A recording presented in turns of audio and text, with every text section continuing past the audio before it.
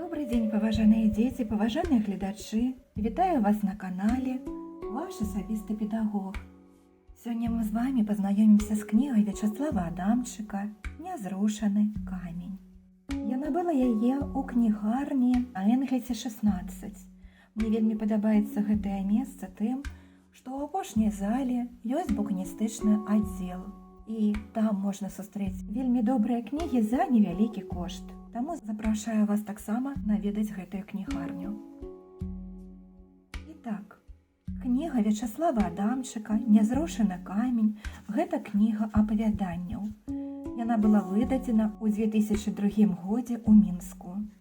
І сёння мы з вами прачытаем крэскі з аўтабіяграфіі. Радзіўся 1 лістапада 1933 года. Калі верыць тагачаснай польскай газеце, была серада, хмуры дзень позняй восені і паганскае свята, дзяды. Моя вёска, Варакомшчына, была Слонімскага, Навагрудскага, цяпер Дзятлаўскага раёна. Варакомшчына. Дзікаватае, незвычайнае слова. Але яно для мяне хрумсціць, як нарэзанае з крылікамі і падсмажанае з алеем бульба. Варакомшчына. Каб я быў мастаком і меў шчыра балючы талент Ван Гога, я нашу вёску, зямлю і людзей маляваў бы не ў сіні, а ў шэра-жоўты колер. Колер прывялага лета, спелага жыта і нашай няшчымна-пясчанай зямлі. У нас не ткалі, як у Галандыі, сіняе сукно і не насілі на тварах цёмна-сіні пыл ад вугальных купальняў. У нас ткалі і да сённяшняга дня ткуць шарачак.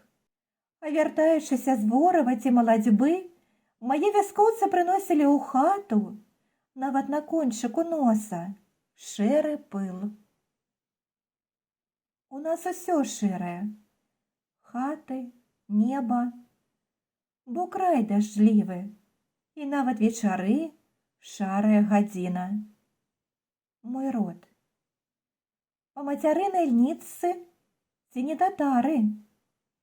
Калі даць веру размаітым даведнікам, то ў 1242 годзе над Лідаю быў разбіты ліцвінамі хан Шайбак з яго цьмою. Палонных татар пасялілі на тутэйшых землях. Адсюль нашы суседнія вёскі называюцца дзікавата, Таркачы, Шайбакова. Адсюль і прозвішча мацярыных дзядоў і прадзедаў – Шайбакі. Бацькаў род Прымачы. Не мой прадзед Янка. Ён быў з суседняе вёскі Аханяны. Не дзед Тодар, не бацька Ладзімір не мелі права на варакомскую спадчыну. Як помню сябе, помню бітву і калатэчу за зямлю. Помню плач маці, збялелага бацьку з нажом і дзядзькоў з каламі. Дзяцінства ўспамінаю, як нейкую далёкую радасць, тую ціхую радасць, як пісаў Толстой, у якой немного чего-то недостаёт. Помню падпаветку, куды, аддзяліўшыся ад дзеда, перабралася наша сям'я, маленькае ў ёй акенца, гарышча у вялых і шэрых лацінах павуціння, сярод ночы польскіх паліцыянтаў з ліхтарыкамі на грудзях. І пазней Вільню, гатэль, старога яўрэя, што пусціў нас на ноч. Бацька прывёз мяне на аперацыю. Я праглынуў бляшку, якую прабіваюць столь. Помню маладое лета 41-го года. Гарэла наша вёска. Сонце праз густы дым было мутна-жаўтаватае, як перад зацьменнем. Помню ядавіты свіст куль, Обгорелые трупы людей на соседнем подворку. Пожарище. Растопленное шкло и обсмаленную голову нашей коровы, что лезла, пэўна, з хлява ў акенца. Дзіўна, але шкада было толькі каровы. Новаградчына зрабілася зямлёю крыві. Помню, як ставілі крыжы. За одну ноч кабеты пралі і вытыкалі рушнік, мужчыны секлі ў лесе хвойку, абчэсвалі, рабілі перакладзіну. Крыжы ставілі перад вёскаю, адзін з іх стаіць сёння. Па хатах хадзілі святыя пісьмы, абнаўляліся абразы. Помню, як прыслужваў ксяндзу. Цётка-тарціянка перахрысціла мяне ў католіка. Школа. 3 гады хадзіў у нямецкую. Вучыліся ў пустой яўрэйскай хаце з аблупленымі шпалерамі. Пасля 7 класа, недзе ў 49 годзе, пайшоў у вячэрнюю. Пачаў прызарабляць сам. На чыгуначнай станцыі Наваельня грузіў цэмент, соль, гарэлку, кавуны. З таго часу люблю пах мазуты, свісток шчэпшчыка, раптоўны лязгат вагонаў, белы салодкі дым ад чорных паравозаў. У вячэрні сабралася распуста. У школу пераросткі прыходзілі пад мухай і з самаробнымі кінжаламі, з цэлулоіднымі ручкамі ў розны колер. Да беларускага прывучылі кнігі віленскіх выданняў, што ляжалі на гарышчы ў дзядзькі. Нізкі паклон старадаўняй Вільні. Родныя песні учуў ад маці, ад кабет на вяселлях і хрэсьбінах. Пачаў трохі запісваць і складаць сам. Ад маці дазнаўся, што песні некалі збіраў яе родны брат, Ян Шайбак, цяпер жыве ў Польшчы. Грамадавец, першы адукаваны, вучоны, як казалі ў нас, чалавек у вёсцы, бо скончыў царкоўна-прыходскую школу. У шарачковым піджаку, з драўляным куфэркам і дзіцячай надзеяй, 1952 год, на нешта вялікае прыехаў ва універсітэт. Першае апавяданне напісаў ва універсітэцкай аўдыторыі. Занёс у полымя, прачытаў танк, сказаў: «Ну нічога, брат, першая ластаўка, ага, будзем друкаваць». Што яго згубілі, дазнаўся тады, калі з дому прывёз Зоню.